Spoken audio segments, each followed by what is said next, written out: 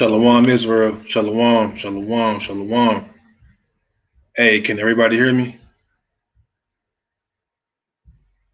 Shalom to everybody tuning in. I'm gonna start in a second, just giving the time for everybody to join in. But shalom to everybody tuning in.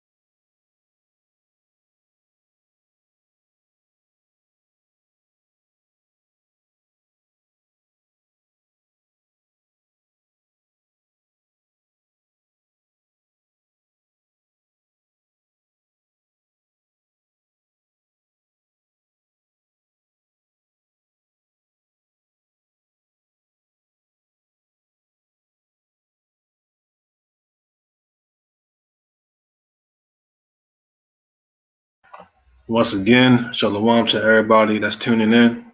Shalom, shalom, shalom. Shabbat shalom as well. Shabbat shalom. Going to start in a few more moments. Shabbat shalom.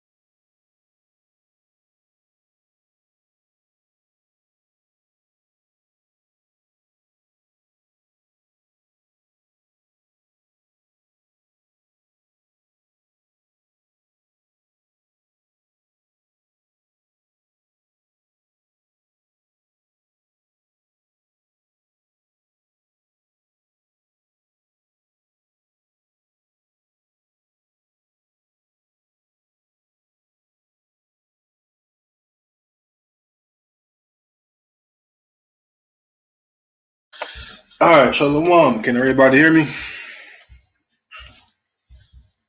Can everybody hear me?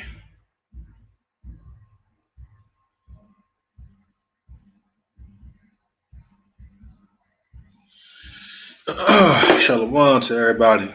Shabbat shalom. Let me go ahead and start this camera really quick. Let's see. All right, there we go. All right, shalom everybody. Lord willing, everybody's getting ready for the Sabbath. Gonna get some good studying in, some good resting. So, as y'all can see, the title. This is a message to the brothers, including myself, because I'm not exempt. So, a message to the brothers, including myself. As y'all can see in the title, it says to control your eyes. Control your eyes. And as you can see from the thumbnail, you know what I'm getting at. Okay, you know what I'm getting at by the thumbnail. And the reason why I'm doing this lesson now is because it's very important that we as Israelite men understand how we supposed to operate, and more so understanding how we supposed to possess the power of discipline, or possess the virtue or the trait of discipline, temperance, and self-control. Especially as us that striving to be righteous, holy men, it's very important that we practice having self-control, restraint, and discipline. Because understanding when you're in this walk, you have to have discipline. You have to have control. Understanding who we are to the Most High, His people, we can't be walking around like heathens. We gotta have some self-control. As gods on this earth, we had to know how to possess our bodies, possess our minds, possess our bodies, so we can begin to operate and think clearly and think on the Most High's level according to His plans. We can't do that if we don't have no type of discipline. That's with anything. But more so, this topic more so because it's a very serious topic, and I've been guilty of it. I'm not gonna lie, I've been very guilty of it. I'm still in the flesh just like everybody else. So this not me like trying to teach y'all or trying to be your teacher, but this more so a message towards fellow brothers. And also understanding that the day and age that we're in as well. And this time now, this world and Satan has everything set up for us to act off of impulse. This whole world operates off of sensuality. So it's so easy to get caught up in that. It's so you see it everywhere. Everywhere you turn, you see it. It's like you can't escape it. You just see it. It's out there. It's so easy to get caught up in it if we're not practicing these type of things, these traits, these characteristics. That's for our own benefit, because we all know at the end of the day, our souls are on the lines. So if we find ourselves not being able to possess these skills, possess these virtues, then our souls want to get destroyed. And that's what the world wants for us men specifically to get destroyed. And that's why this world is set up with all kinds of traps. So this message is very important to the Israelite brothers that's struggling. Okay. Or if you're not struggling, just beware. Beware of what's happening. Especially now when it's getting hot outside. Every year we see it every year. Around this time we see what? Women becoming more naked. All over social media, every day we see it in person. Women are becoming, they just naked. When they get warm out, they get naked. Clothes come off. We understand this. So it's very important that we understand that as well. When times like this come around, we gotta actually practice these virtues. It's for our own good. So as you can see, brothers, we have to control our wandering eyes. Our eyes is going to get us destroyed if we cannot control it. We can't possess our bodies and be in control of our vessels. Our eyes and our mind is going to get us destroyed. So, with that being said, let's kick this off with the book of Job, chapter 31 and verse 1. Let's go ahead and go to Job, chapter 31, verse 31.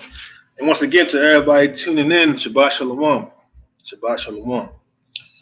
So, Job chapter 31 and verse 1. It says, I made a covenant with mine eyes. Why then shall I think upon a me? You see that? Job said that he made a covenant, he made a promise with himself that he's not going to look upon a maid. He made a covenant with his eyes. Why then he going to look upon a maid? Because why?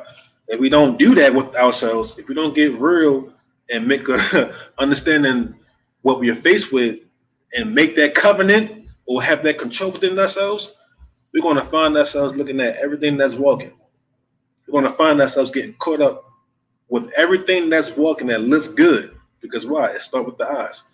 It looks good, and because it looks good, it's going to formulate thoughts in our minds, and that thought is going to grow. It starts off real small, and it's going to grow, and it grows into actions. So now that thought is now being acted upon. So Job 31 and 1. He said, I made a covenant with mine eyes. Why then should I think upon the maid?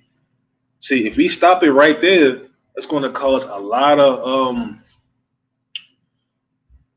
of dodge when we dealing with the world and how the women are today. Because as we know, worldly women are set for a trap for us. If we're not being diligent, if we're not being on guard for it, if we're not being careful and watching and possessing our bodies and controlling ourselves and our minds, these women can be a trap for us. Even the scripture says, the beauty of a woman shared the countenance, and the man loved nothing better.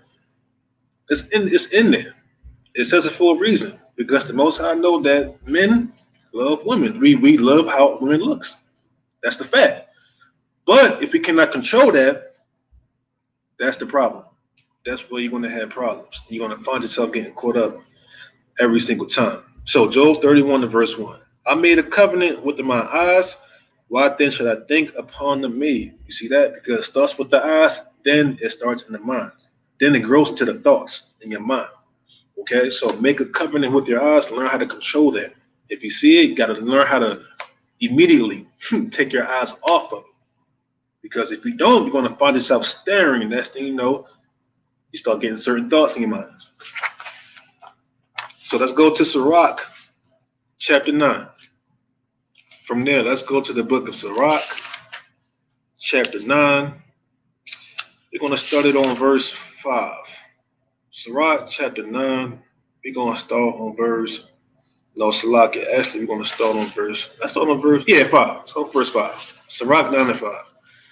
It says, Gaze not on the maid, that thou fall not by those things that are precious in her. What are those things that's precious in her? How she looks.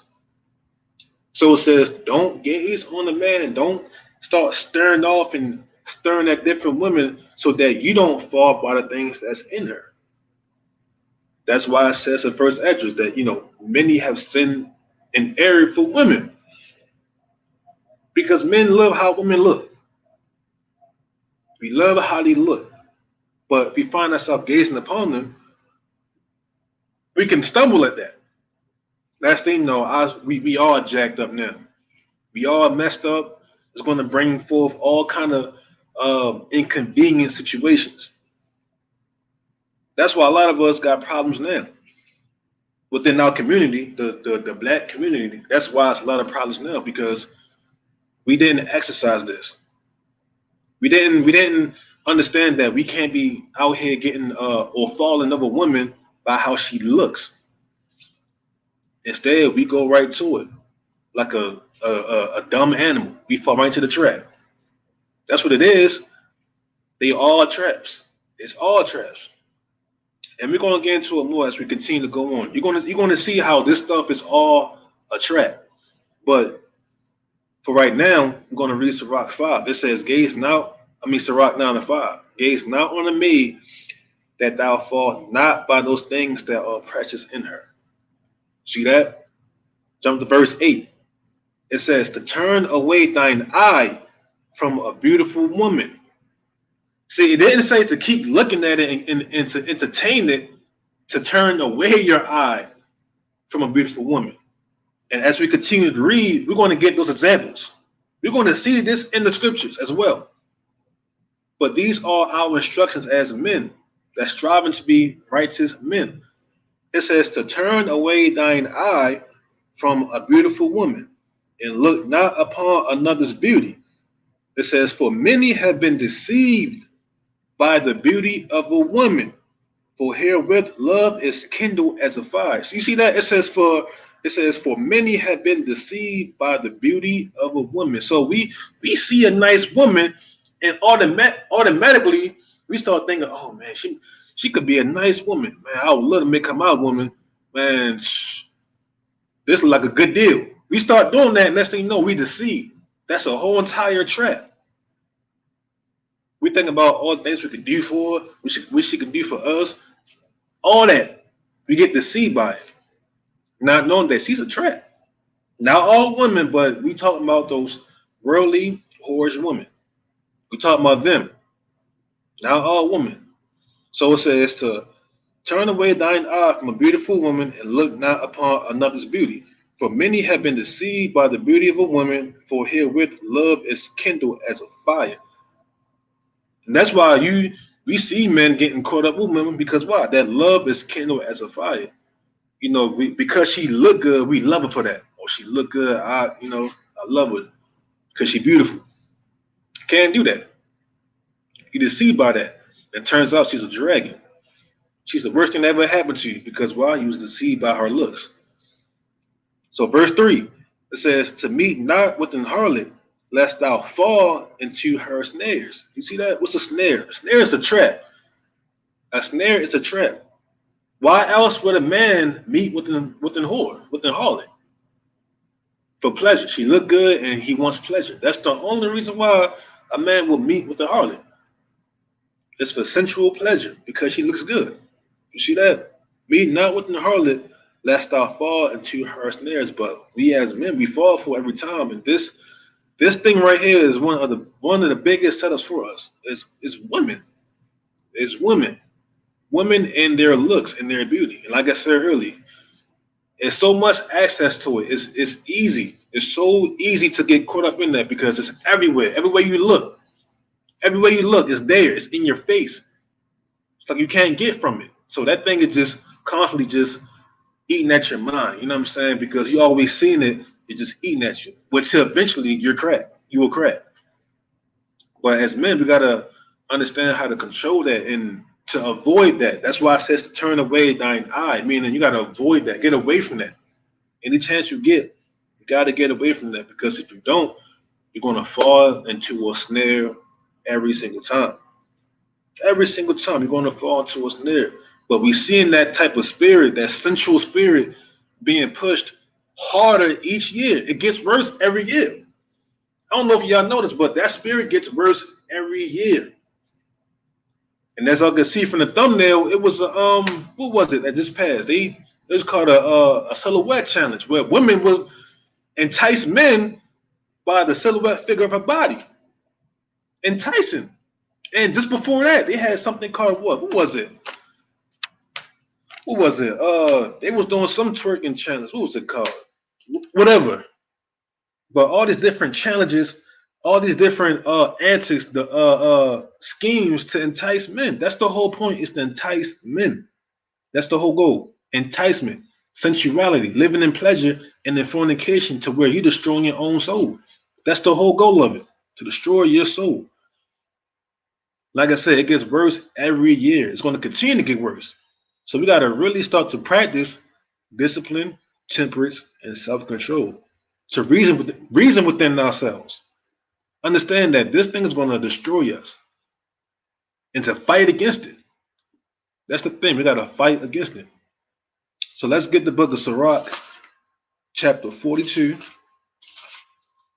Sirach, Shalom, everybody tuned in once again. Shalom. Sirach 42 and verse 12. It says, behold, not everybody's beauty, and sit not in the midst of a woman. You see that? It says to behold not everybody's beauty, and sit not in the midst of women. Do not get caught up over a beautiful woman, because that could turn out to be a straight up demon to set you up. Because we only see in the physical. We only see the flesh. We don't see that actual spirit. We don't see what's in that vessel, in that body. An entire demon could be setting you up. And those men, those of us men, brothers that don't practice that discipline, we fall for it and wonder why we in messed up situations every time. So it says, behold, not everybody's beauty, and sit not in the midst of women. For from garments cometh a moth, and from women wickedness. You see? From women wickedness. So you cannot get caught up on the beauty of a woman. It's a straight up trap. It's going to get you jammed up every time. That's why we get deceived. We deceived by a woman's beauty. We got to practice discipline and control our eyes. It's a hard thing, but we gotta control that thing. We have to. We see it every day, but we gotta control it. Like that old saying. What would it say? It's not an old saying, but it was something that said, a man that can't be controlled or manipulated by a woman's, you know what? He a dangerous man, and that's a true thing. Because if you can't be, that's one of the hardest forces to overcome. That's a major force. A woman, and then she's beautiful, she look enticing. If you can overcome that as a man, you're a force to be reckoned with. Because that's a hard thing. That's a hard thing. It's a challenge. It is. If you can overcome that, you're a bad brother. That means you can't be tricked, you can't be fooled or tricked, or you're not easily succumbed by that. That means you got your game on lock. You have so much discipline that you can't be enticed by that or controlled by it. You can't be fooled by it because you understand. You understand as a man, as a righteous man. Oh, that's a demon. She out to destroy my soul. So let's get Sirach 25 and 21. Sirach chapter 25 and verse 21. It says, to stumble not at the beauty of a woman, and desire her not for pleasure. You see that? That word desire means lust. Another word for desire is lust. And lust not for her, not her for pleasure. Don't do that. We're supposed to control that lust, refrain ourselves. We got to be able to control the flesh and to walk in the spirit. When you're always giving into your flesh, you cannot possibly walk in the spirit. Because why? We understand the flesh is against the spirit. The spirit is against the flesh. So if we can't control our flesh, if we fall for our flesh every time, then there's no way possible that we can walk in the spirit. And we know we can't serve two masters. We can't serve two masters. We can't serve the flesh and the Most High at the same time. Most High say don't do that. But if we fall for it, we can't do it. We're not going to make it. We're not going to overcome. That's what. That's why Christ said that he that overcome, meaning you gotta be able to get over that, to conquer that as a man. And we know the sin starts in the mind. We understand that the sin starts in the mind. So we can't control our thoughts and what's going on in our minds. We possibly cannot walk in the spirit. We have to have a mind to walk in the spirit as men, as strong men, as strong men. A strong man knows how to control himself. That's with anything, emotions, thoughts, temptation, desire. A strong man knows how to control himself and to think soberly. See, when you're in that spirit of desire, that spirit of lust and passion, you're not thinking clearly. That's why it's always easy for men to go out. Because once that spirit or that desire rises in you, now at this point, all reasoning, all logical thinking, and righteous and wise thinking is out the window. That's why it says love is kindled as a fire. It's a flame. Once it's turned on, it's hard to turn it off. It's hard to turn it off. It's hard to think clearly past it. That's why a lot of men end up falling. Once that thing is turned on, it's hard to shut it down. That's why beforehand, when we see it, we got to turn our eyes from it. We got to turn from it. And like I said, we're going to get a perfect example of this as we continue to read. But we build into it. We build into it. So that's why I'm saying, do not gaze upon the beautiful woman. Do not stumble at the beauty of a woman. We cannot do it. So let's get Sirach 18:30. To be able to have the power of self-will or self-control, that's a powerful thing. That's an actual power.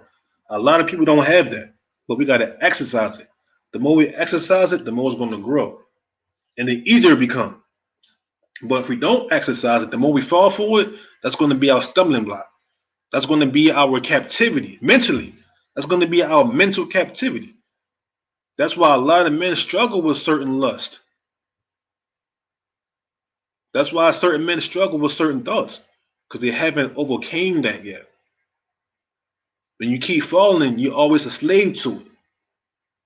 He that overcome with the Most High blessed with the kingdom. So Sirach 18 and verse 30. The book of Sirach, chapter 18 and verse 30. It says, go not after thy lust. You see? Don't go after your lust. Don't chase your own desires. Don't chase the pleasure. It says, but refrain thyself from thine appetites. We know what an appetite is. Anything that's good to us. That look, that sound, that taste, that smell good. It says to refrain yourself from your appetites. Go not after your lust, but you got to refrain that thing. Now, it's, like I said, it's not easy. It's a hard thing, but we have to practice it so we can grow in that. The more we practice, the easier it is. So go not after thy lust, but refrain thyself from thine appetites.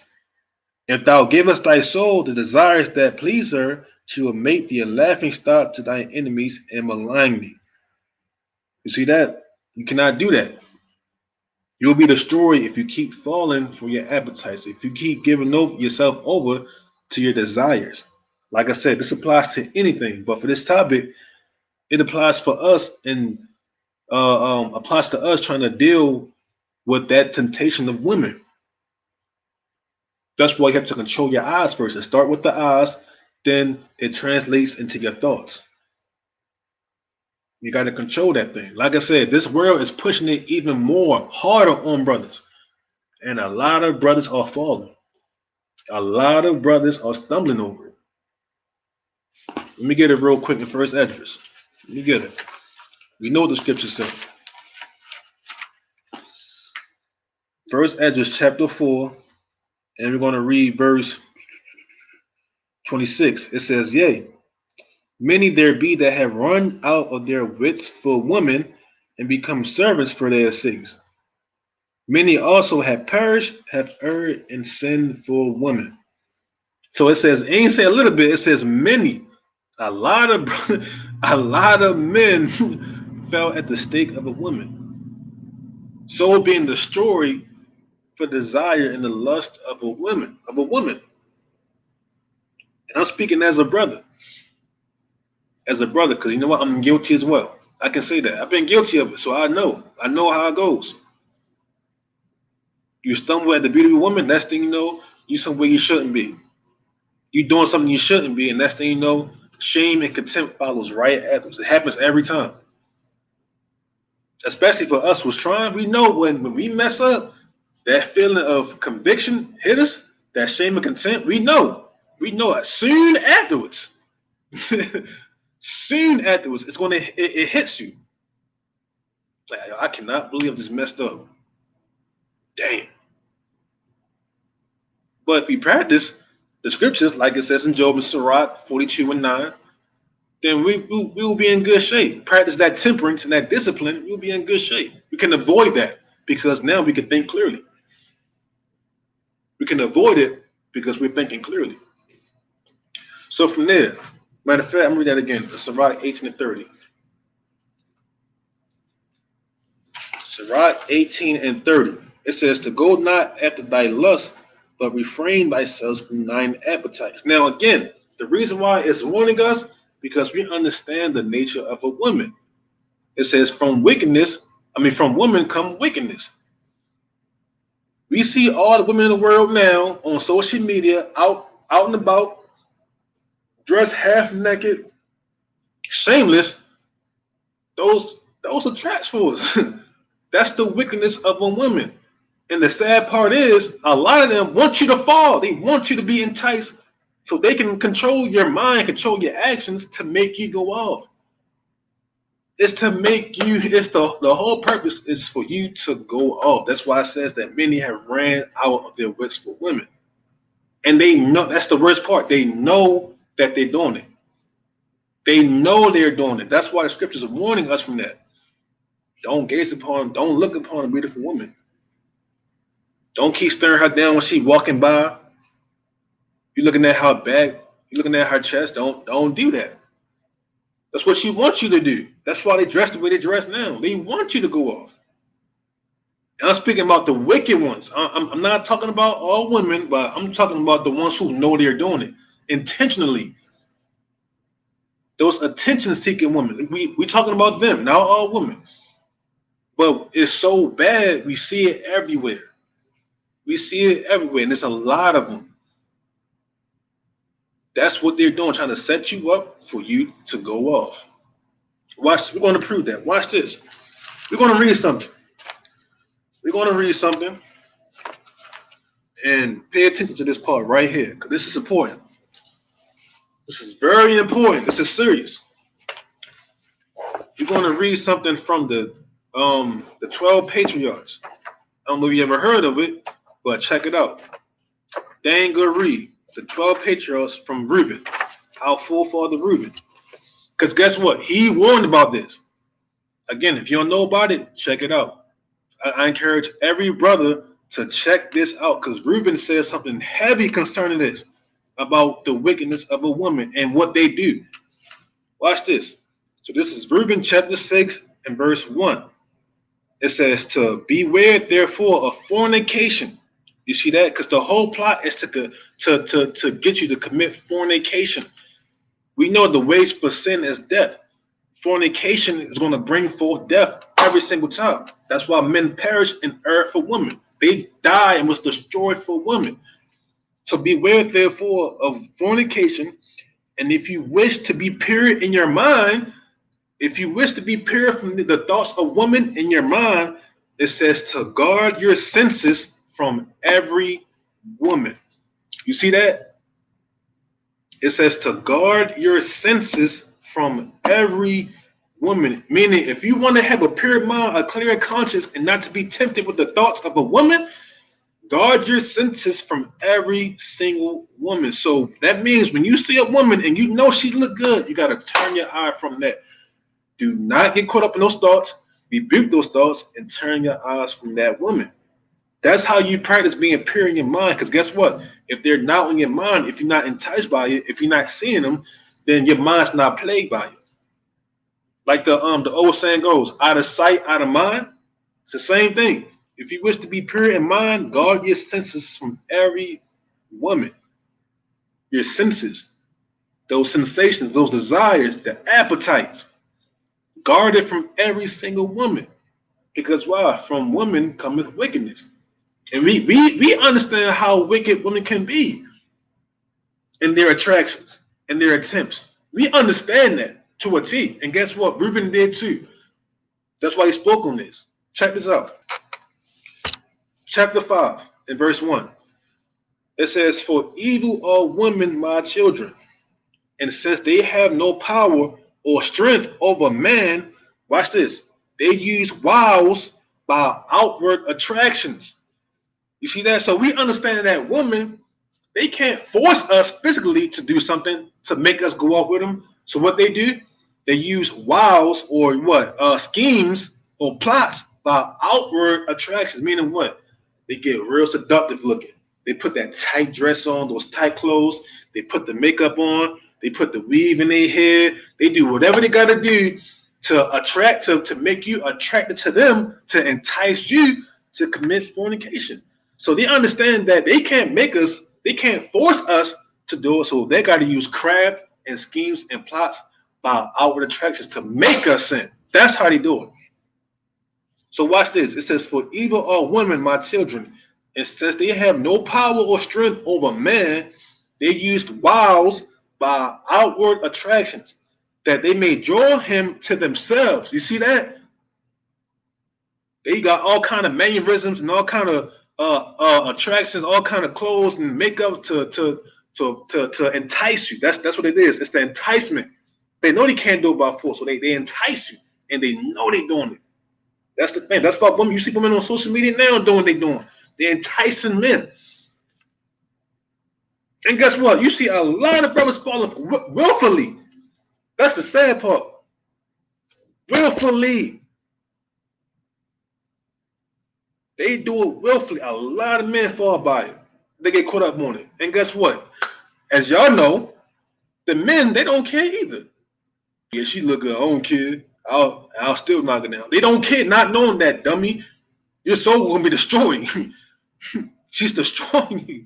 You don't have no kind of control. You don't even want control or discipline. We can't be like that. trying to be men of the Most High. We got to fight that thing off. This the tactics of a devil. This is what Satan do, entice you to sin. That's Satan. Satan entice you to sin. That's why he said for evil are women. Let's continue reading. It says, read again. It says, for evil are women, my children. And since they have no power or strength over man, they use wiles by outward attractions, that they may draw him to themselves, and whom they cannot bewitch by outward attractions, him they overcome by craft. You see that? Listen, Ruben got this thing down to a T. This is a strong message to all the brothers that's striving to fight this thing. Ruben's giving us free game right here. We got to receive it and accept it and understand what's happening. So it says, in whom they cannot bewitch by outward attractions, him they overcome by craft. What's that craft they overcome you by? Let's say you know a sister, woman, right? You've been communicating with her. This is how you do it. It's one example. 2 o'clock in the morning, she texts you. You up? That's how it start. You might reply back, yeah, I'm up. She reply back, she'll say, I can't sleep. Just up, thinking. Next thing you know, she asks you to come over. You go over there thinking she will say, oh, let's watch a movie. You think you're ready to go there and watch a movie. 2 o'clock in the morning? Come on now. But brothers be so simple, they'll fall for it. So you go over there thinking you're about to watch a movie. By the time you get over there, she in her robe or her nightgown, hair tied up with makeup on. 2 o'clock in the morning. Ain't got nothing on. Next thing you know, you went there before you know it's too late. You watching a movie, but the whole time she's setting you up. She's setting you up. That's one example. But they have these different types of crafts to get you to sin. And by us not being aware of that, we fall for every time. We fall for every time. Or they'll try their extreme hardest to look good for you to get you to go off. They'll try their best to look their very extreme best just to have you. Not knowing that they're taking your soul every time you fall for it. So look, right? It says, in whom they cannot be bewitched by outward attractions, him they overcome. When you overcome something, it's a form of destroying something. Him they overcome by craft. It says, for moreover, concerning them, the angel of the Lord told me and taught me that women are overcome by the spirit of fornication more than men. You see that? Women are overcome by the spirit of fornication more than men. Because why? They are the weaker vessel. So they are naturally more susceptible to different spirits. And when that spirit hop on them, then they're going to try to lure you. Their job, once that spirit hop on them, that spirit job now is to lure you with the spirit of fornication. But if we're not aware of that, if we're not practicing that discipline and being alert and being aware and sober-minded and sound mind, we're going to fall for every time. So women, it says women are overcome by the spirit of fornication more than men. It says, and in their heart, they plot against men. Look at that. It says, in their heart, they plot against men. They setting you up, brothers. Again, we're not talking about all women. We're talking about these whorish, worldly, evil women. They are setting you up. These so-called Instagram models, these models in general, these whatever, they are setting you up. It's a plot against your soul. That's what they're after. They may not know, but that spirit is after your soul. Many have sinned and erred and perished for women. We got to be on guard for these type of women. But again, we got to understand that and be aware that it starts in the mind. When you see it, it forms those thoughts in your mind. So I'm read again. It says, women are overcome by the spirit of fornication more than men, and in their heart they plot against men. And by means of their adornment, how they look, by means of their adornment, they deceive first their minds. You see that? Now look, now we understand that when women they start looking good, they start feeling themselves. They'll feel themselves. Oh, y'all look good today. I got this nice sundress on. I got my hair and my nails and toenails done. So they start deceiving their own minds first. Oh, I can take anybody. I can take anybody, man. I can do this. I can do that. I can have anybody I want. So they deceive their minds, and by the glance of the eye, instill the poison. Meaning when they start looking at you a certain way. Y'all know that look. It says, and by the glance of the eye, instill the poison, and then through the accomplished act, they take them captive. You see that? And then through the accomplished act, they take them captive. Now they got you. And guess what? They ain't got you just one time, but they got you multiple times. That's why they got that saying, what? You're whipped now. I ain't gonna say the whole thing, but you're whipped. Because now they got you. You caught up now. Because she plotted and schemed and enticed you until she broke you, and now she got you. And now once she got you, it's hard to get out of it. Once you got a taste of it, it's hard to get out of it. That's how it will catch you. Once you tasted it, it's hard to get out of it. Same thing with food. You taste something real good, it tastes real good, you're gonna want some more of that, right? The same thing with this. You're gonna want more of it because now it got you. You gave in to that appetite. Brothers, man, we gotta be aware of that and be on point of that. We gotta be on point even more now, especially in the times we live in now, when things getting worse. It's getting disgustingly worse. Y'all see it. And a lot of men falling for it, one way or another. So it says, let me read it again. It says, and by means of their adornment, they deceive first their minds, and by the glance of the eye instill the poison, and then through the accomplished acts, meaning once you do the do, they take them captive. Once you lay down with that woman, now she got you. Now she got you. It's almost impossible. It's not impossible. It's dang near impossible to stop now. Like a brother once told me, he said, and it made sense. He said, once you do something once, it's always easier to do a second time around. Once you do it one time, it gets easier, it gets easier, it gets easier, it gets easier. Next thing you know, you full blown in. You're gone now. You're destroyed now. So we got to be aware of it and be on guard and to stop it and to avoid it before it ever happens. So it says, through the accomplished act, they take them captive. For women cannot force a man openly, but by a heartless bearing, she beguiles him. By a heartless bearing, she beguiles him. She deceives the brothers. Shalaga. She deceives you. That's how she gets you, by your mind. Mm. So they can't force you to do it. So they gotta entice you. They gotta break you down first from within. Then they can take you, and that's it. So we gotta be, man, we gotta be strong against that. Avoid that at all costs. Avoid that at all costs. Check it out. So this verb in chapter 4 and verse 1. So it says, pay no heed, therefore, my children, to the beauty of a woman. Same thing it says Sarah. Reuben's giving us free game on this.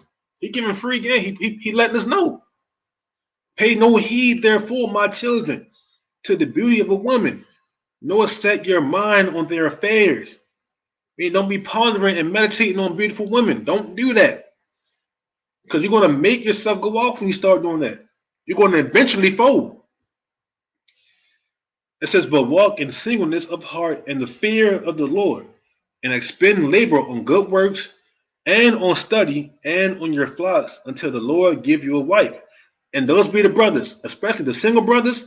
Them brothers going through it. The single brothers are going through it. It's harder for them because they don't have a wife.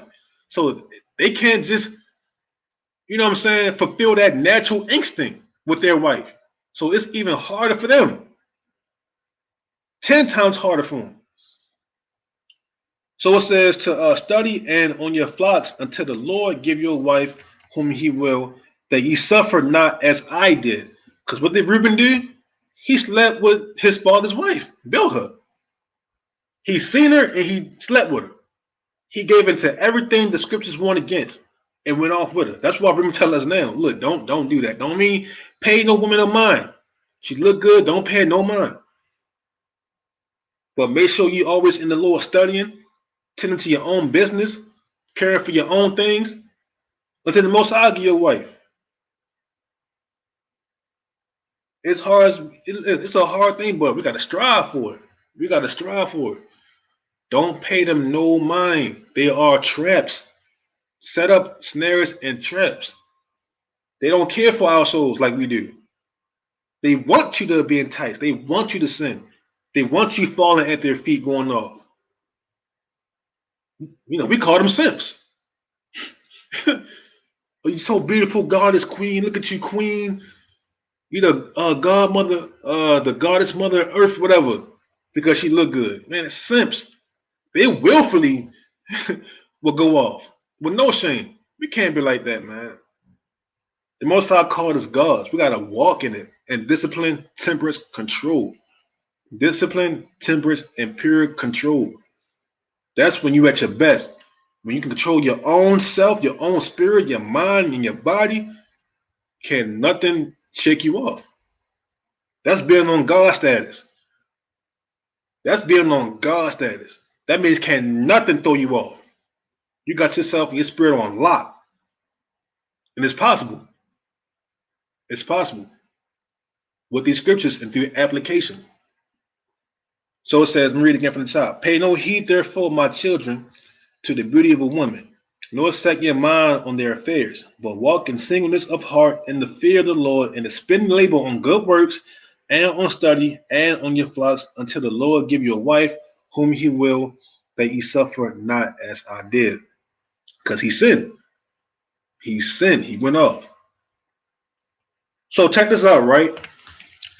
We understand Romans 15:4. It says, for whatsoever thing written aforetime was written for our learning. The things we read in the Bible is not just stories. It's not just stories. It's for our benefit. It's for our learning. These are pure examples of everything the Most High is trying to teach us. So let's get an example. We're going to take it back to Joseph. That brother was a strong, mighty brother. Remember when he got tempted? That was a strong, mighty brother. We shall all strive to be just like Joseph in that aspect.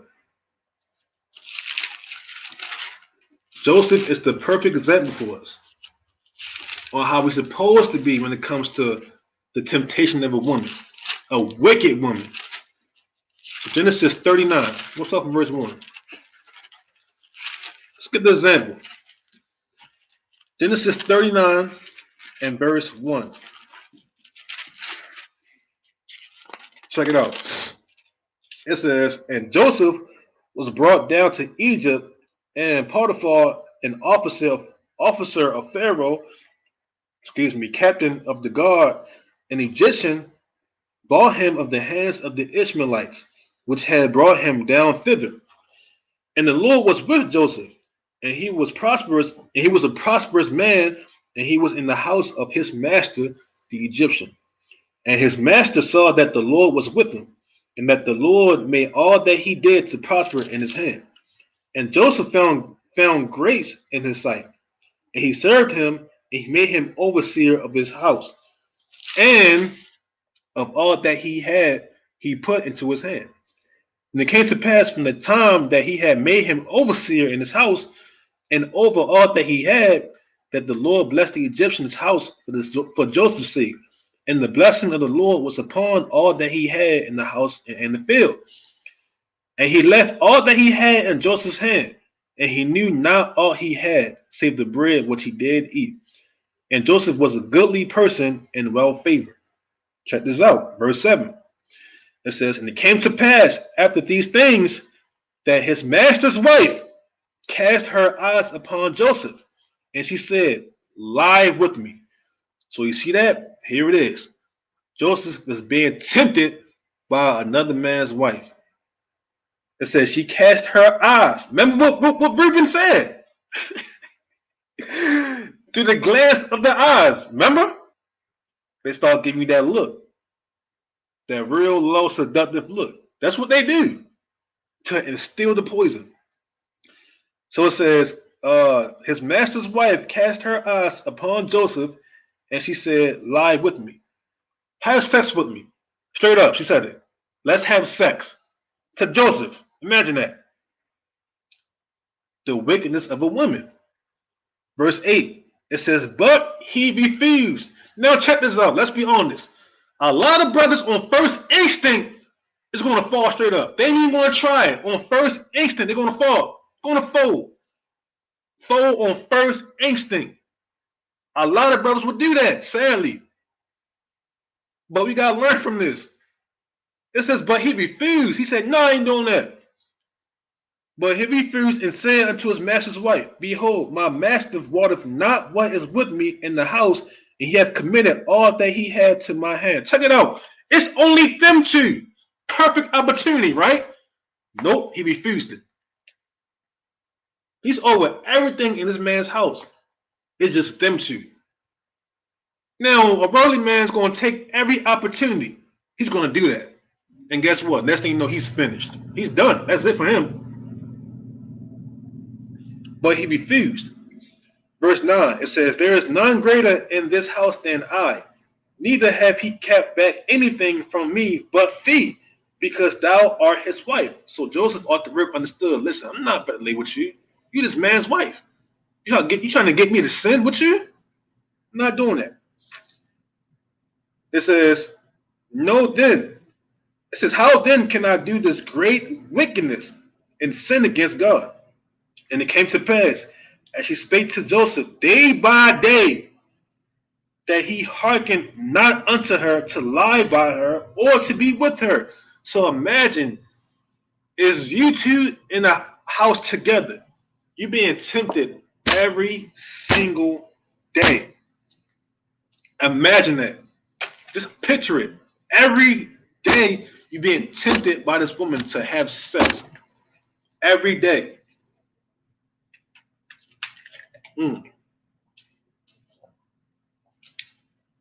This is real life. And guess what? It still happens today. Probably not in the same manner, but it still happens. Men are tempted day by day to lay with a woman.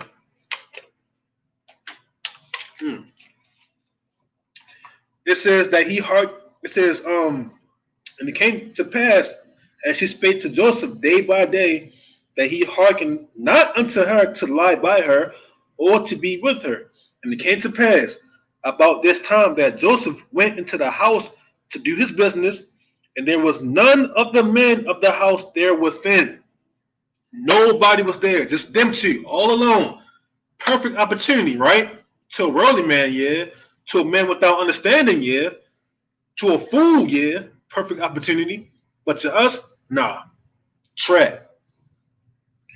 It says, and she caught him by his garment, saying, lie with me. And he left his garment in her hand and fled and got him out. This man had to run away from this woman. This man he fled. He had to get out of there because he understood, yo, I cannot be tripping. Yo, I cannot fall by this woman. I cannot do it. He had to run. He had to flee. Sometimes you got to do that to keep your soul intact, in check, to keep your spirit right. To stay in good standards with the Most High, to not sin, you got to do that. But check it out, the trickery of the what's the word? Trickery of the world. They'll try to say, "Oh, what, you gay?" That's the mind games. Oh, you gay? You gay? So then you feeling pressure. Like, no, I ain't gay. Hold on, I'm a man. Next thing you know, slipping and falling. That's the mind game in the world. If you tell a woman no, she's gonna think you gay. No, I ain't doing that. What, you gay? You like men? Imagine that. Now you thinking you gotta prove something now. Now you gotta prove your manhood. Guess what? You just went off. She got you. So it says that he left, he fled. Read again. And she caught him by his garment, saying, lie with me. And he left his garment in her hand and fled and got him out. He got out of Dodge. It says, and it came to pass when she saw that he had left his garment in her hand and was fled forth, that she called unto the men of her house and spake unto them, saying, See, he had brought in a Hebrew unto us to mock us. He came in unto me to lie with me, and I cried with a loud voice. Look at the wickedness of a woman. Come on, man. Look at the wickedness of a woman. Because he refused to lay with her, now she mad. Now she got to get him in trouble. She mad now. So it says, verse 15.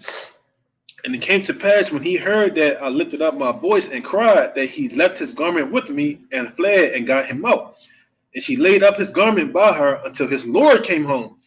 And she spake unto him according to these words, saying, the Hebrew servant which thou hast brought unto us came in unto me to mock me. And it came to pass, as I lifted up my voice and cried, that he left his garment with me and fled out. And it came to pass, when his master heard the words of his wife, which he spake unto him, saying, after this manner did thy servant to me, that his wrath was kindled. And Joseph's master took him and put him into the prison, a place where the king's prisoners was bound, and he was there in the prison. You see that? Because she got mad, because because he was so strong to not lay with her, she got mad, set him up. She got mad and set him up. Now check this out. That's just a glimpse of the story. Let's take it a step further. Hold on, let's take it a step further. Because we're going to pull this up. We're going to dive into it. Tonight we diving in. Now, I may not know, everybody may not subscribe to this. Some may do. But this is a more detailed account of this story. Check it out. Pay attention, because this is good stuff. This is good stuff. We're going to dig more to this story, because it's for our own goods, for our benefit. Whatsoever everything written aforetime was written for our learning. So same story, more details. So this is Joshua 44 and verse 1. We're going to bring it up today. It says, and the sons of Ishmael, who had bought Joseph with the Midianites, who had bought him for his brethren, went to Egypt with Joseph. And they came upon the borders of Egypt. And when they came near unto Egypt, they met 4 men of the sons of Midian, the son of Abraham, who had gone forth from the land of Egypt on their journey. And the Ishmaelites said unto them, do you desire to purchase a slave from us? And he said, deliver him over to us. And they delivered Joseph over to them, and they beheld him that he was a very comely youth, and they purchased him for 20 shekels. So Joseph wasn't no ugly brother. Right? Verse 3. It says, and the Ishmaelites continued their journey to Egypt, and the Medanim, I can't say the word, the Medanim also returned that day to Egypt. And the Medanim said to each other, behold, we have heard that Potiphar, remember, an officer of Pharaoh, captain of the guard, seeketh the good servant, who shall stand before him to attend him and to make him overseer over his house and all belonging to him. Now therefore come, let us sell him to him, for we may have desire. If we be able to give unto us that which we shall require of him. And these Medanim went and came to the house of Potiphar and said to him, we have heard that thou seekest a good servant to attend thee. Behold, we have a servant that will please thee, if thou canst give us that which we may desire, and we will sell him unto thee. And Potiphar said, bring him before me. and I will see him, and if he please me, I will give you unto you that which he may require for him. So let's jump down a little bit. Let's jump down. So we know that Joseph was sold, right? Check this out. Let's jump down to verse 12. Skip down a little bit. Verse 12. It says, and the Lord was with Joseph, and he became a prosperous man. And the Lord blessed the house of Potiphar for the sake of Joseph. And Potiphar left all that he had in the hand of Joseph, and Joseph was one that caused things to come in and go out, and everything was regulated by his wish in the house of Potiphar. So he was in control. He was purely in control, full control of Potiphar's house. Verse 14. And Joseph was 18 years old. Now check this out. You know, when you're 18 years old, your hormones are raging. I'm being honest. When you're 18 years old, your hormones as a man, a young man, is raging. So can you imagine being tempted every day to lay with a grown woman and refusing that thing? Imagine that. Imagine that. Joseph was a strong brother, sound in the Lord, strong in mind. It says, and Joseph was 18 years old, a youth with beautiful eyes and a comely appearance, and like unto him was not in the whole land of Egypt. I mean, he Israelite, he Hebrew. Come on now. At that time, he was in his master's house, going in and out of the house and tending his master's. Zelicah, his master's wife, lifted up her eyes toward Joseph, and she looked at him, and behold, he was a youth comely and well favored. Look, she was a cougar. Yeah, she's probably a cougar, lusting after a young man. Listen, it's nothing new. Women still do it today. Cougars, man. Let's keep going. It says, verse 16, and she coveted his beauty in her heart, and her soul was fixed upon Joseph, and she enticed him day after day. Zelicah persuaded Joseph daily, but Joseph did not lift up his eyes to behold his master's wife. You see that? Job 31 and 1, Sirach 9 and 8, Sirach 9 and 5 and 3, Sirach 42. You see that? But Joseph did not lift up his eyes to behold his master's wife. He didn't pay her no mind. He didn't give her no kind of play, no attention, no nothing. Strong brother. Most of us can't do that. Being real, most of us cannot do what he just did. A lot of men would have been cracked. It would have been folded. She did this every single day. Let's continue. It says, Zelicah said unto him, how goodly are thy appearance and form. Truly I have looked at all the slaves and have not seen so beautiful a slave as thou art. And Joseph said to her, surely he who created me in my mother's womb created all mankind. And she said unto him, how beautiful are thine eyes, with which thou hast dazzled all the inhabitants of Egypt, men and women. And he said to her, how beautiful they are whilst we are alive, but shouldst thou behold them in the grave, surely thou wouldest move away from them. So at this point, she flirting with Joseph, trying to get to him, trying to break him down, sweet talking him, flirting, complimenting him, trying to set him up every day. Imagine that, every single day. Verse 18, and she said to him, how beautiful are thine eyes. Oh, I read that already. Verse 19, Salaki, verse 19. It says, and she said to him, how beautiful and pleasing are all thy words. Take now, I pray thee, the harp which is in the house, and play with thy hands, and let us hear thy words. You see that? Setting him up with craft. Why don't you go over there and play us a song? Play me a song. I want to hear it. Sing me something. Play the harp. You so skillful. You so talented. Go ahead and play it for me. Setting this man up. Or trying to at least. But he ain't folding. He ain't cranking. We got to be like Joseph. He is not folding. Verse 20. And he said to her, how beautiful and pleasing are my words when I speak the praise of God and his glory. You see that? He's bringing it right back to the Most High. He's bringing it right back to the Most High every single time. He's not folding. That's a strong brother. It says, and she said to him, how very beautiful is the hair of thy head. Behold, the golden comb which is in the house. Take it, I pray thee, and curl the hair of thy head.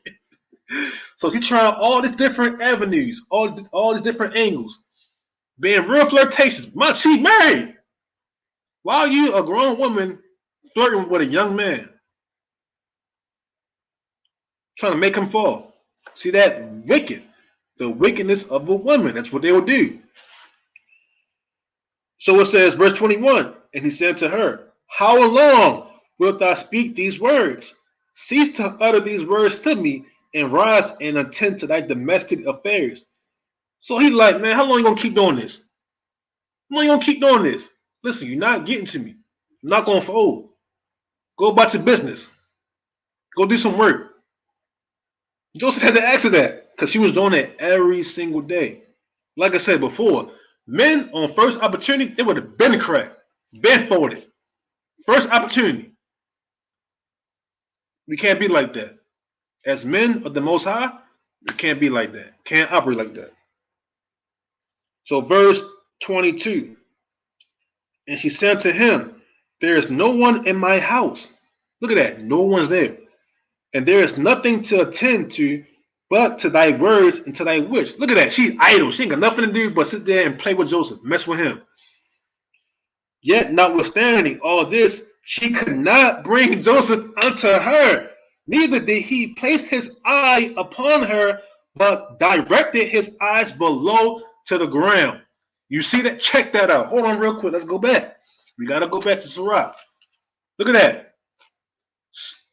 Sirach chapter 9. It says that neither did he place his eye upon her, but directed his eye below to the ground. So imagine she in your ear talking to you, and the whole time you're looking down. You ain't even looking at her. You're looking straight down, not giving her any kind of no type of avenue, no type of lane to get through to you. Joseph was solid. He was unmovable. Again, let's go back. Sirach 9 and verse 5. Gaze not on a maid, that thou fall not by those things that are precious in her. Turn away thine eye from a beautiful woman, and look not upon another's beauty. For many have been deceived by the beauty of a woman, for herewith love is kindled as a fire. Look at that, brothers. Let's be like Joseph. Let's try to be like that. Man, this should give you some strength reading this. This young brother was able to every day to refuse this woman. He didn't even look at it because he understood. He understood. I'm not even going to be tempted by looking at her. He understood that. I'm not going to go off. We got to strive to be like Joseph, a young man in his youth. Like I said, we know in your youth, that's when your hormones raging. We know that. But he was even strong enough in his youth to even refuse her every day. So read that part again. Neither did he place his eye upon her, but directed his eyes below to the ground. And Zilica desired Joseph in her heart, that he should lie with her. And at the time that Joseph was sitting in the house doing his work, Zilica came and sat before him, and she enticed him daily with her discourse to lie with her, or even to look at her. But Joseph would not hearken to her. Man, he was a solid dude. That was a strong brother. He wouldn't even look at her. That's how on point he was. He wouldn't even look at her. Brothers, pay attention to that. Focus on that. When you feel like you get enticed by a woman, by social media, and by women out here walking around naked, man, look, think back to Joseph. Listen, I ain't even going to look her way. I know what it can do to me. It's going to set me up. It's going to entice me. I ain't going to look her way to turn you out from a beautiful woman. Man, he was no joke. She couldn't do it. Verse 24, it says, and she said to him, if thou wilt not deal according to my words, I will chastise thee with the punishment of death, and put put an iron of yoke upon thee. And Joseph said to her, surely God who created man looseth the fetters of prisoners, and it is he who will deliver me from thy prison and from thy judgment. He wasn't tripping. He wasn't going for it. He ain't fooled. Verse 26. And when she could not prevail over him to persuade him, and her soul being still fixed upon him, her desire threw her into a grievous sickness. It became so bad she became love sick. Or I should say, she became lust sick. It was so bad. She became sick. Can you imagine that? Can you imagine a woman trying you so hard and she pressing you every day fervently that she becomes sick? Man, today a brother's going to fold easily.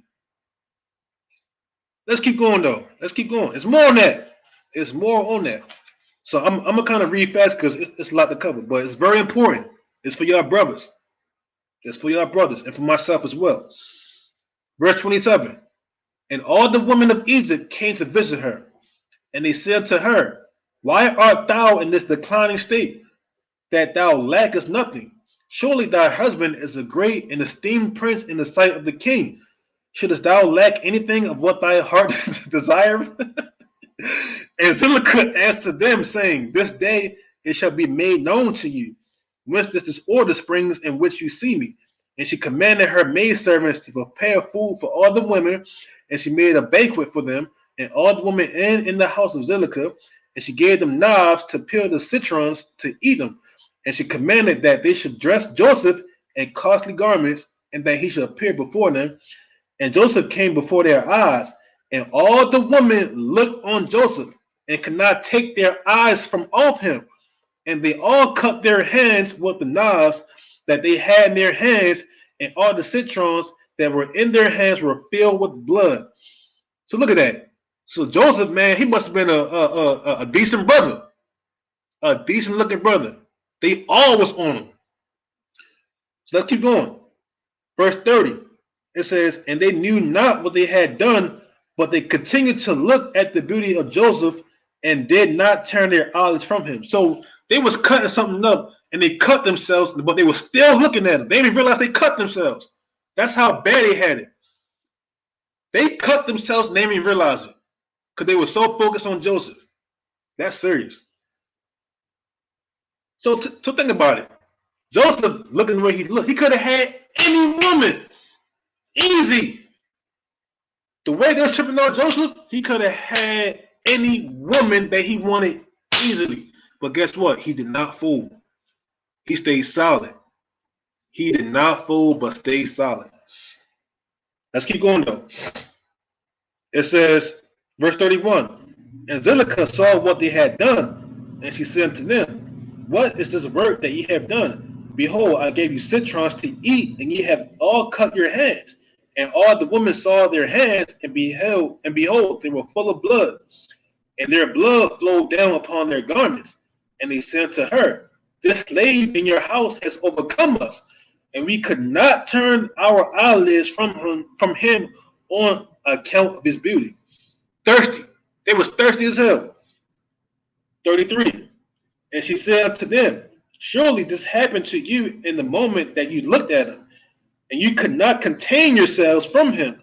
How then can I refrain when he is constantly in my house, and I see him day after day going in and out of my house? How then can I keep from declining or even from perishing on account of this?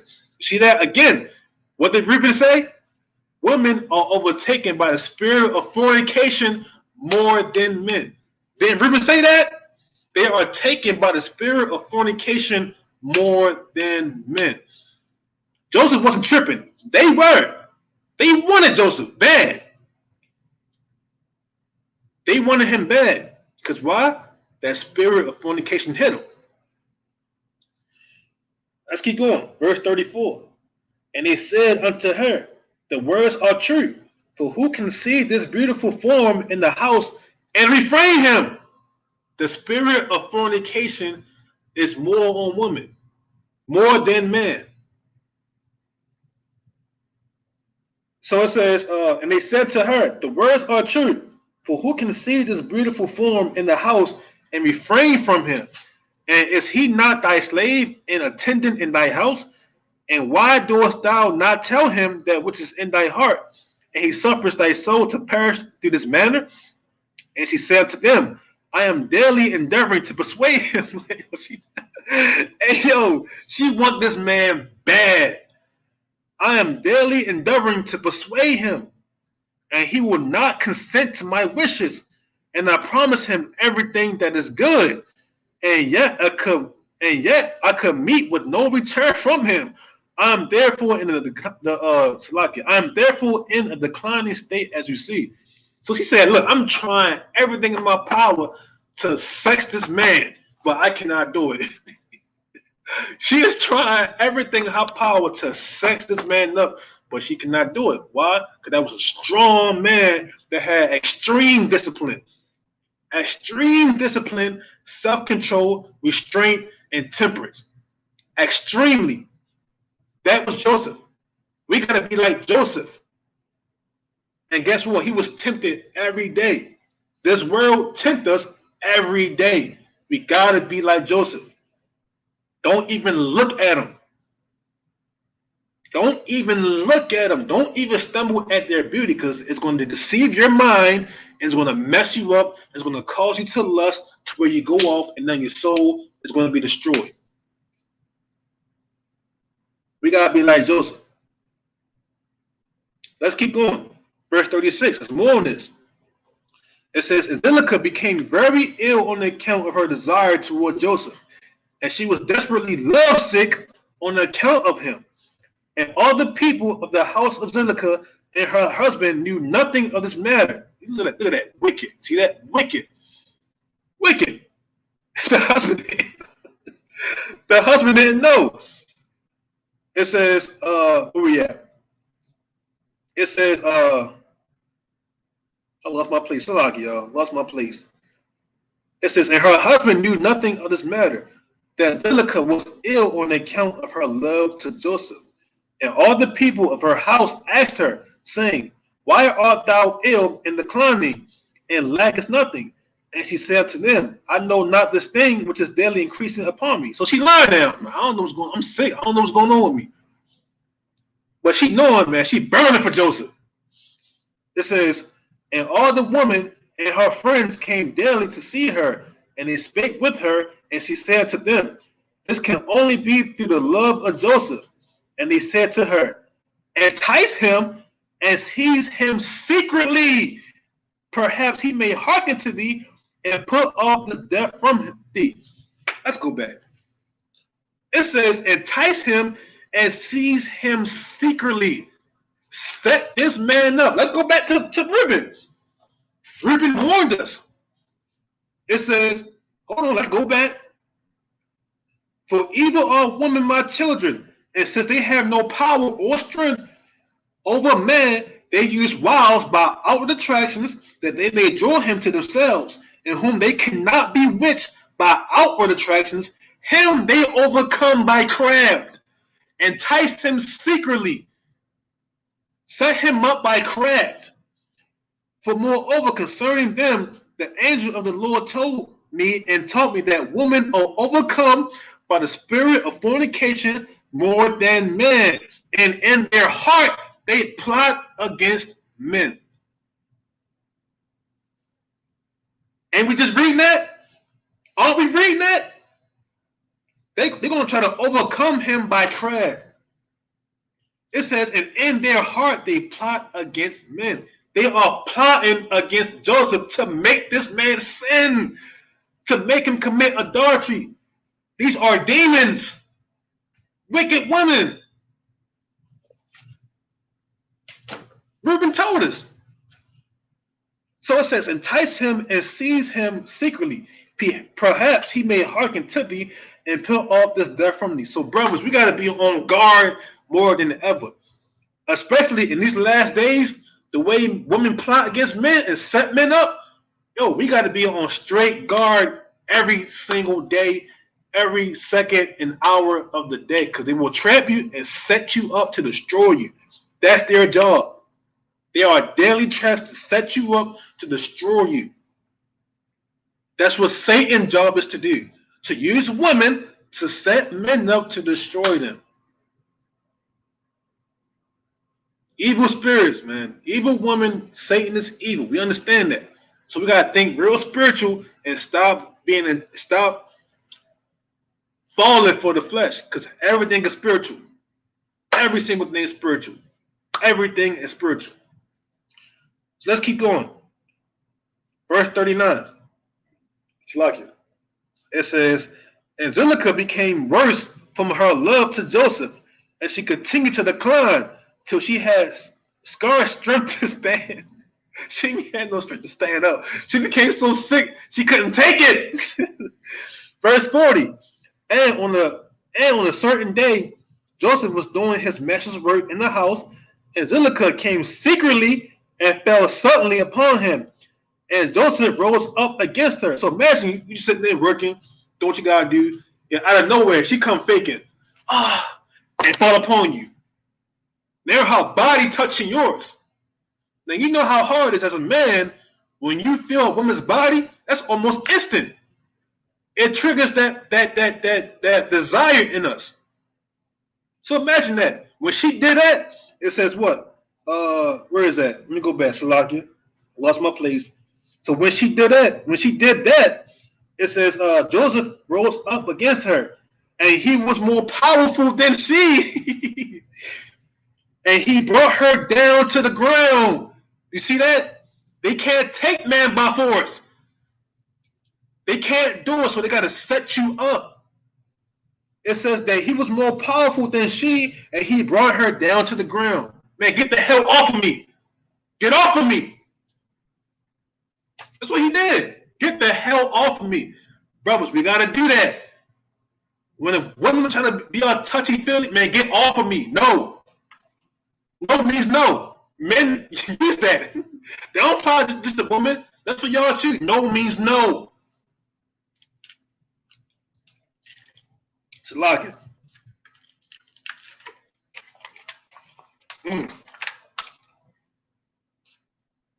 Let's keep going. Slack verse 41. Angelica wept on account of the desire of her heart toward him, and she supplicated him with weeping, and her tears flowed down her cheeks, and she spoke unto him in the voice of supplication and in bitterness of her soul, saying, Hast thou ever heard, seen, or known of so beautiful of a woman as I am, or better than myself, who speak daily unto thee? Fall into a decline through love for thee. Confer all this honor upon. Slug, I read that wrong. It says, Hast thou ever heard, seen, or known of so beautiful a woman as I am, or better than myself, who speak daily unto thee? Fall into a decline through love for thee? Confer all this honor upon thee, and still thou wilt not hearken to my voice?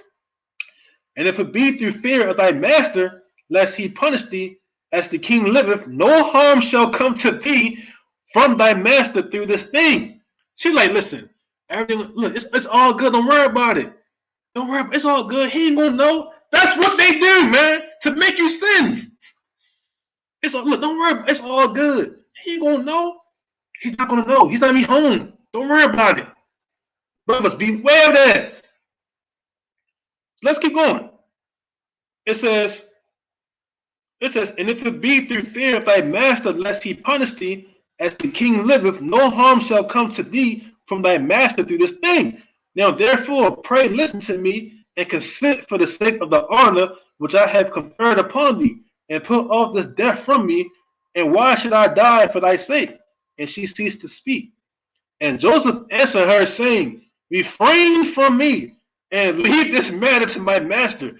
Behold, my master knoweth not what there is with me in the house, for all that belongeth to him he has delivered into my hand. And how shall I do these things in my master's house?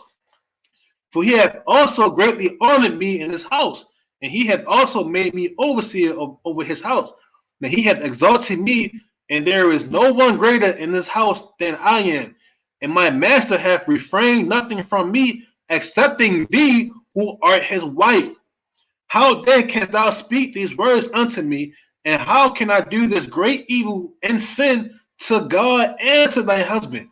Now therefore refrain from me, and speak no more such words as these. for I will not hearken to thy words. But Zelicah would not hearken to Joseph when he spake these words unto her, but she daily enticed them to listen to her. So she didn't even stop there. She didn't even stop. She was still going for it. Imagine that. Remember, he was a young man at the peak of his hormones. Come on now. That's some real stuff. Hmm. Keep going. Where we at? Verse 47. It says, and it was after this that the brook of Egypt was filled above all its sides, and all the inhabitants of Egypt went forth, and also the king and princes went forth with timbrels and dance, for it was a great rejoicing in Egypt, and a holiday at the time of the inundation of the sea Sihar, and they went there to rejoice all the day. And when the Egyptians went out to the river to rejoice, as was their custom, all the people of the house of Potiphar went with them. But Zelicah would not go with them, for she said, I am indisposed, and she remained alone in the house, and no other person was with her in the house. Verse 49. It says, and she rose up and ascended to her temple in the house, and dressed herself in princely garments, and she placed upon her head precious stones of onyx stones, inlaid with silver and gold, and she beautified her face and skin with all sorts of women's purifying liquids, and she perfumed the temple and the house with cassia and frankincense, and she spread myrrh and aloes, and she afterwards sat in the entrance of the temple, in the passage of the house through which Joseph passed to do his work. And behold, Joseph came from the field and entered the house to do his master's work. Again, listen. She got beautified. She put that beautiful garment on, that makeup. She put the perfume on, got real nice looking. Reuben just said that. Reuben just said that about outward attractions. They will set you up by outward attractions. So how they do it today? They wear that tight dress, that tight dress where you can see every single curve and indentation to make you go off. They still doing it today. They'll put on the tightest clothes to make you sin, even in your mind. Even in your mind, brothers, be on point. Understand what they're doing and avoid it. Understanding what they're doing and avoid it. They still doing it today. Indirectly and directly. We get hit from all angles. It's a setup, brothers. It's a trap. It's a snare. Let's keep going. Verse 50. And he came to the place through which he had to pass, and he saw all the work of Zelicah, and he turned back. And he turned back. Hey, imagine that. She's sitting right there at the entrance. You walk in, you're like, oh, hell no. Oh, hell no. That's what he did. He seen her. I'm going back. No, I'm out of here. I'm out here. I'm out of here. I'm not doing this. That's Joseph, man. It says, and he turned back. And Zelicah saw Joseph turning back from her, and she called out to him, saying, what aileth thee, Joseph? Come to thy work. And behold, I will make room for thee until thou shalt have passed to the sea. See, she playing now. Where you going? No, go ahead. It's all good. She's right there at the entrance. Go ahead. It's all good. Come on. We walk by. I ain't gonna bite you. She playing with him. Setting this man up. Trying to set this man up. And Joseph returned and came to the house and passed from thence to the place of his seat. And he sat down to his master's work as usual. And behold, Zelicah came to him and stood before him in princely garments. And the scent from her clothes was spread to a distance. Man, she was smelling real good. That thing it lingered. It went far. Smell it from, you can smell it in a different room. Right? Verse 53. It says, and she hastened and caught hold of Joseph and his garments. And she said unto him, as the king liveth, if thou wilt not perform my request, thou shalt die this day. And she hastened and stretched forth her other hand and drew a sword from beneath her garments. And she placed it upon Joseph's neck. And she said, excuse me. Rise and perform my request, and if not, thou diest this day. She became obsessed with this man. She became obsessed with Joseph. Verse 54. And Joseph was afraid of her at her doing this thing, and he rose up to flee from her. And she seized the front of his garments, and in the terror of his flight, the garment which Zilica seized was torn. And Joseph left the garment in the hand of Zilica, and he fled and got out, for he was in fear. He was scared as hell. And when Zilica saw that Joseph's garment was torn, and that he had left it in her hand and had fled, she was afraid of her life, lest the report should spread concerning her. And she rose up and acted with cunning, and put off the garments in which she was dressed, and she put on other garments. It says, and she took Joseph's garments, and she laid it beside her, and she went and seated herself in the place where she had sat in her illness, before the people of her house had gone out to the river. And she called a young lad who was then in the house, and she ordered him to call the people of the house to her. So let's jump down, right? Because it's more on this. It's more on this. So this after, she's gonna lie about what happened. So we read that earlier. So let's jump down because it's more on that. It's more on that. So let's jump to verse 62. 44 and verse 62.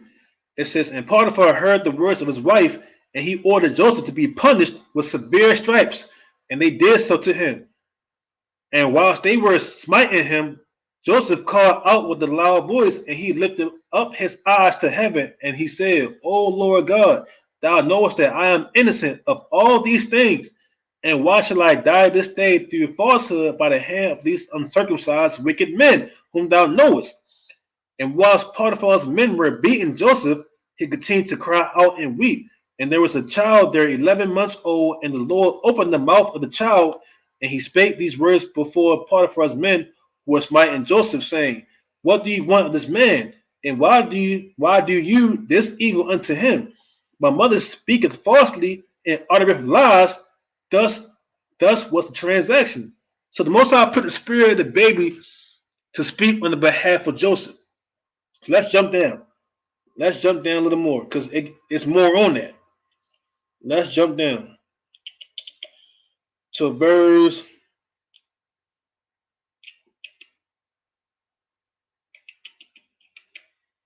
Let's jump down to verse. Jump down to verse 73. It says, a year has elapsed to me since I have been in thy house. So at this point, a year had gone by, right? Hast thou seen any iniquity in me, or anything which might cause thee to demand my life?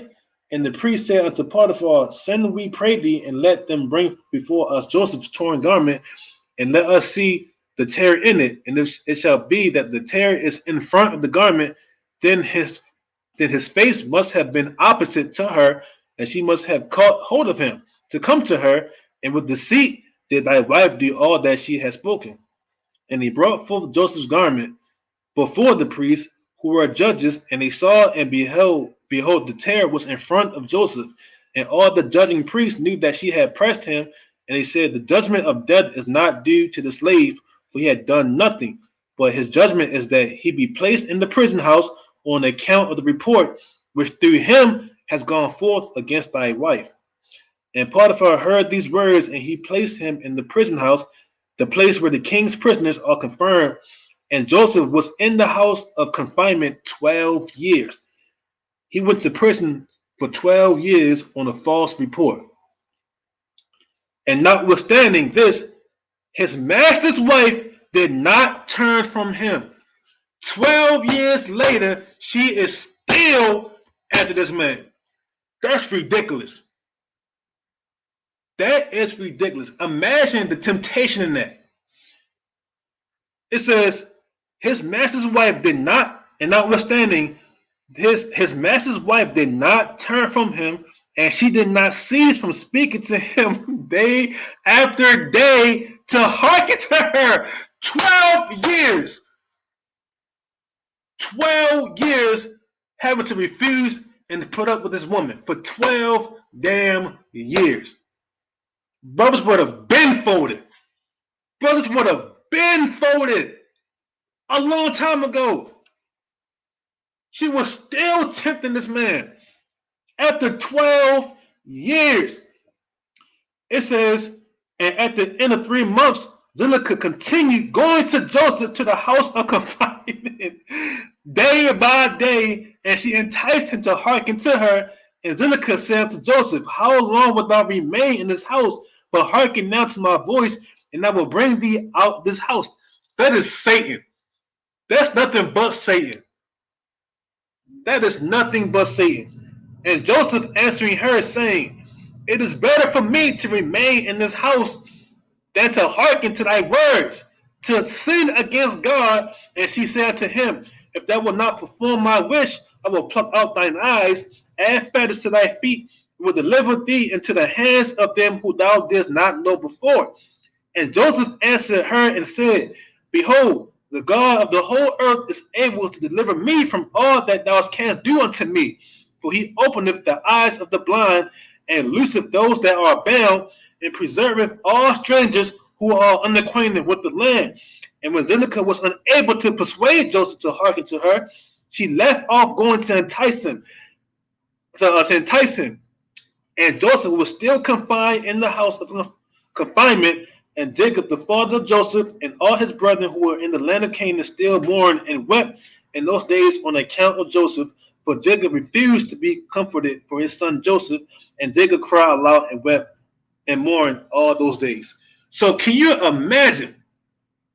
Imagine being enticed and tempted, persuaded day by a wicked woman for 12 years, all for some sex. All for some sex.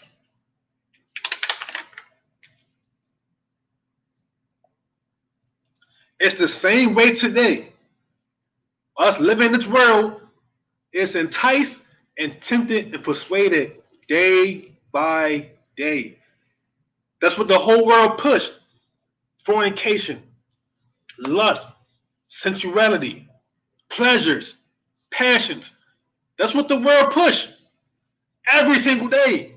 We got to be like Joseph, having discipline and refraining and fleeing once that wicked woman comes. Because she can come in any kind of form, fashion, or whatever to entice you, just to snatch your soul. Brothers, we got to be like Joseph. Let's be like Joseph. Controlling our eyes, our mind, our bodies, in every aspect. Controlling ourselves as men of the Most High. Conquering those desires. You got to conquer that lust. Refrain from your appetites. To not give your own flesh its own desires. Because it's going to lead you straight to destruction every time. And many men that fall by it. Many men fall by it. Not a few, but many. Most men fall by it. Especially today, it's too easy. It's way too easy to get caught up in it. Too easy. You see it everywhere.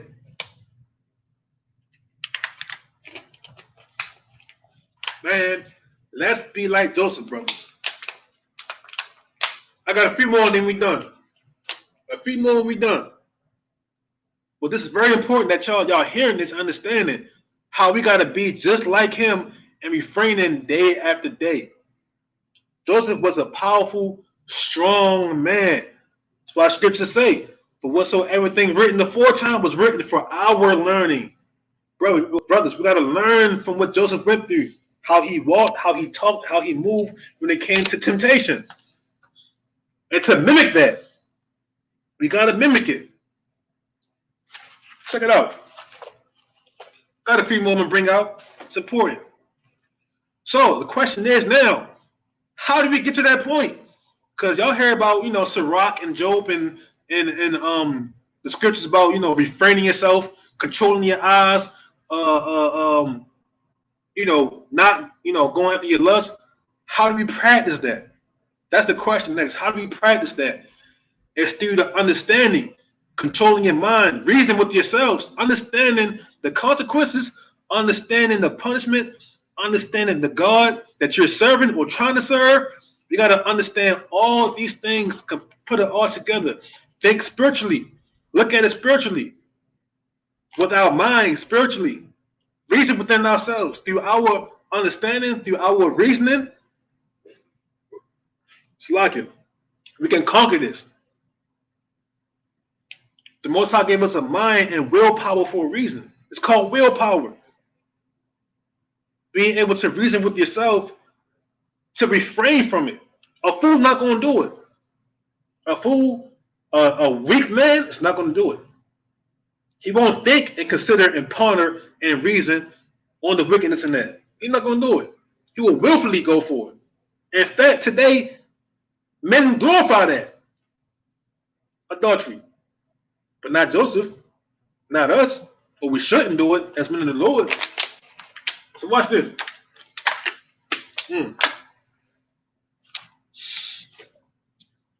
So here we go. 4th Maccabees. Yep, 4th Maccabees. Not just 2, but it's 4. Look it up. But the point is, listen, because it's good. It's vital. It's vital information. It's vital guidance. It's vital instructions for our benefit. It's for our benefit. Check this out. 4th Maccabees, chapter 1. I'm going to read verse 30. It says, for while reason is the guide of the virtues, it is master of the passions. You see that? Through our reasoning, through our understanding. Through our understanding and our reasoning. When we reason within ourselves, when we understand and ponder on certain things, it's masters of our passions. Meaning what? We have now the power to control our appetites through our own strength of reasoning. It starts in the minds. If we can't control this, we'll fall for anything. If we can't control our minds, we'll fall for anything. If we can't within our minds, within our reasons, to control the flesh, we'll fall for anything. So it says, for while reason is the guide of the virtues, it is master over the passions. Observe now in the first place that reason becomes supreme over the passions in virtue of the inhibitory action of temperance. So through the reasoning within ourselves, we exercise temperance, which is self-control. Listen, I know I cannot do this. I cannot sin with this woman. I cannot go off. I must control myself to stay in the spirit. And by you pondering on that, you're controlling your passions. You're now exercising temperance. By your reasoning, you decide, I'm not going to do it. Now you're showing self-control and temperance and discipline. You got to reason. It starts in your mind. Be strong in the mind and reason within yourself according to the Most High. I'm trying to be a righteous man, so therefore I'm not going to sin. I'm against wickedness and sin, therefore I'm not going to commit it. That's you understanding, reasoning within yourselves, having that control, that thought process. A lot of us don't have that type of thought process, therefore we fall for it. It says temperance, I take it, is the repression of the desires. So repress means suppress, same word. The repression of the desires. But of the desires, some are mental and some are physical. And both kinds are clearly controlled by reasoning. When we are tempted, you see that? So in that stage of temptation, we know how it goes. You get that desire, that urge, that want. That's that temptation growing inside you. Guess what? Joseph, he felt that too, but he was able to control it. He was able to control it. Best believe he felt that, but he didn't fall for it. He understood. He had wisdom. He had great understanding, and he knew how to control. He practiced discipline and self-restraint. He had temperance. He had that. So if we can't practice that, we got to practice that. If we can't do that, we won't be able to overcome our own passions.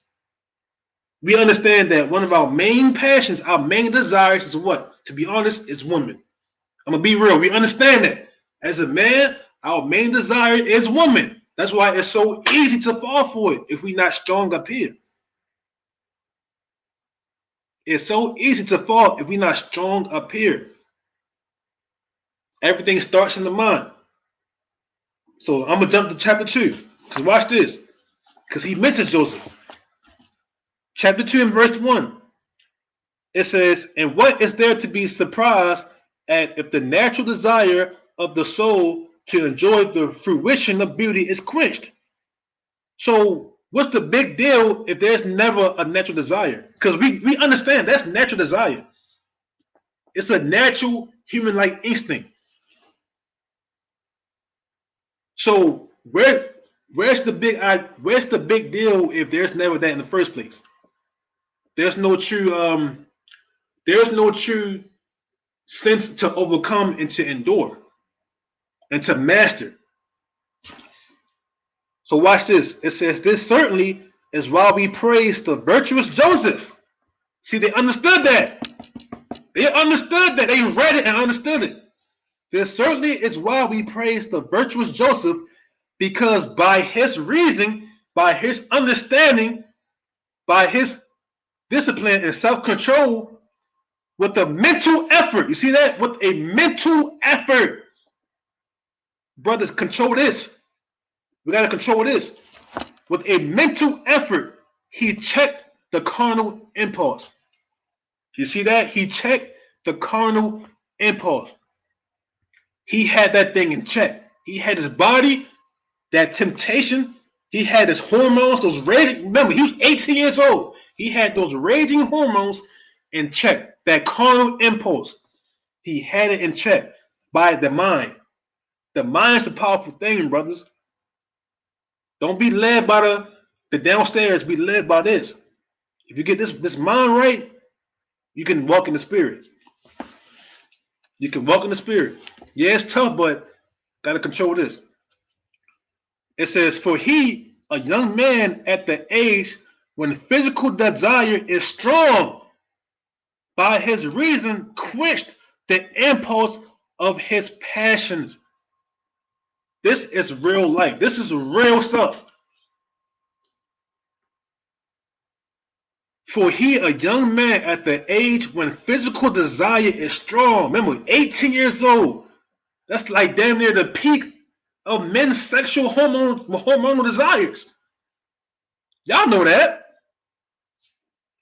But by his reason, quenched that impulse of his passions.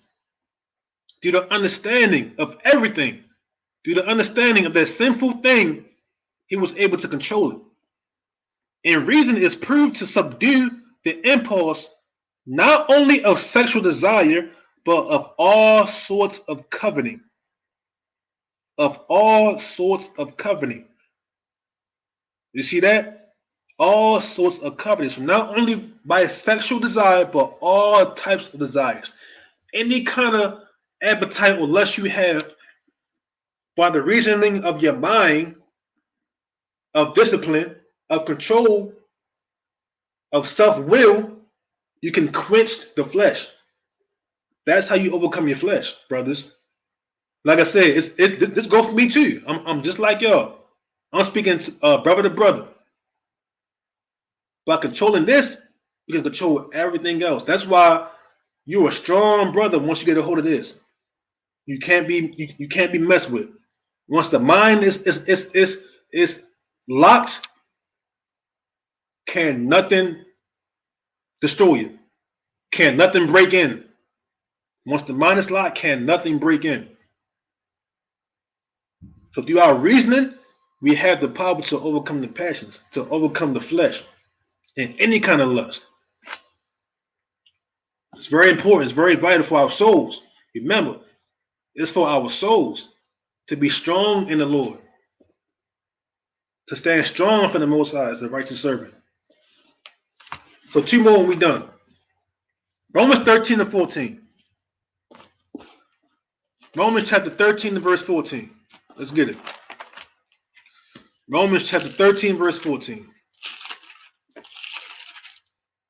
It reads, but put ye on the Lord Hamashiach, and make no provision for the flesh to fulfill the lust thereof. Put ye on Hamashiach. How do you do that? Mentally. Mentally, which converts to actions. While you're putting on, meaning walking like Hamashiach, you're making no provision for the flesh. Because he didn't do it. Hamashiach didn't do it. He was the perfect example. He made no type of provision for the flesh at all to fulfill the lust thereof. You see that? Because once you can control that, you can now have control of the flesh to not fulfill those lusts. That's how we overcome temptation. That's how you overcome temptation. The game is right here, brothers. Our forefathers gave us the game. It's the blueprint. Because this thing get deep. So last one we're going to close out. Last one. James chapter 2 and verse 16. Watch this. I mean, not 16. James chapter 2 and verse 12. Salakia. It says, blessed is the man that endureth temptation. So the Bible says, yo, you are blessed when you can endure through the temptation. Once you overcome the temptation, you are blessed. The Most High will bless you. Blessed is the man that endureth temptation, for when he is tried, the same way Joseph was, he is tried, he shall receive the crown of life, which the Lord hath promised to them that love him. Where do you think Joseph going? He getting that kingdom. Joseph, he endured the temptation for 12 years. He endured the temptation. He was tried. And if you overcome, he shall receive the crown of life, which the Lord had promised to them that love him. You damn right he loved the Lord. Joseph loved the Lord. We got to be like that. Verse 13. It says, let no man say when he is tempted, I am tempted of God, for God cannot be tempted with evil, neither tempteth he any man. So that's not the Most High doing that. What we read earlier, that was Satan. Satan was tempting him. That's why it says, for evil are women. Women are evil. That was Satan tempting him. But guess what? He endured through it. He was tried and he was proven to be a righteous man. A man of great understanding and discipline and control. He couldn't be moved by that at all. Verse 14. But every man is tempted when he is drawn away of his own lust and enticed. And that's why he had to flee. He had to get out of there. When that temptation come, he had to go because he understood this is not of the Lord. This is not of the Most High. A spirit trying to get me. He had to go. So it says, then when lust hath conceived, it bringeth forth sin. You see that? Once that lust up to manifest, it brings forth sin. And sin, when it is finished, bringeth forth death. So after it is done, it uses you up. That's it. And guess what? Some people, when they fall, they never get back up. That's why it says that what? Many men have sinned and perished for women. Because once they caught up, that was it. Now they're a slave to it. They're a slave to it. Until he dies. It's finished. Verse 16, it says, do not err, my beloved brother. Do not err, my beloved brother. Do not err, my beloved brother. Brothers got to stay strong and do not go off. Do not be enticed by these women. Do not be enticed by the world. Control the flesh. Control your eyes. Control your body. Have it in full subjection. Like Paul said, to mortify your members. You got to cut that thing off. How you do it? With your mind. You do it with your mind, with your understanding, your reasoning, the willpower. Through that is how you gain discipline, self-control, and temperance. It's through the mind. And our mind got to be fixated on the Most High. Our mind got to be fixated on the Most High. And that's how we're going to overcome the flesh. That's how you overcome it. So that's all I got, out your man. I really hope and pray that this lesson was edifying. I hope it really opened your eyes up and made you want to go harder after reading what we read about Joseph, and to be stronger and to endure even more. We can't let the sensuality of this world and of women knock us off our foot, knock us off our game, because we know it's so easy to get caught up, and it's getting worse as time goes on. We see it. It's getting worse. It's getting even worse year by year. So, like I said, do not err, my beloved brethren. So, Lord willing, this was edifying. I hope y'all learned. I hope y'all got edified, and y'all, take heed and consider. Really take heed and consider. So that's all I got, family. Shabbat shalom. Shabbat shalom. Most High bless all y'all. Shalom.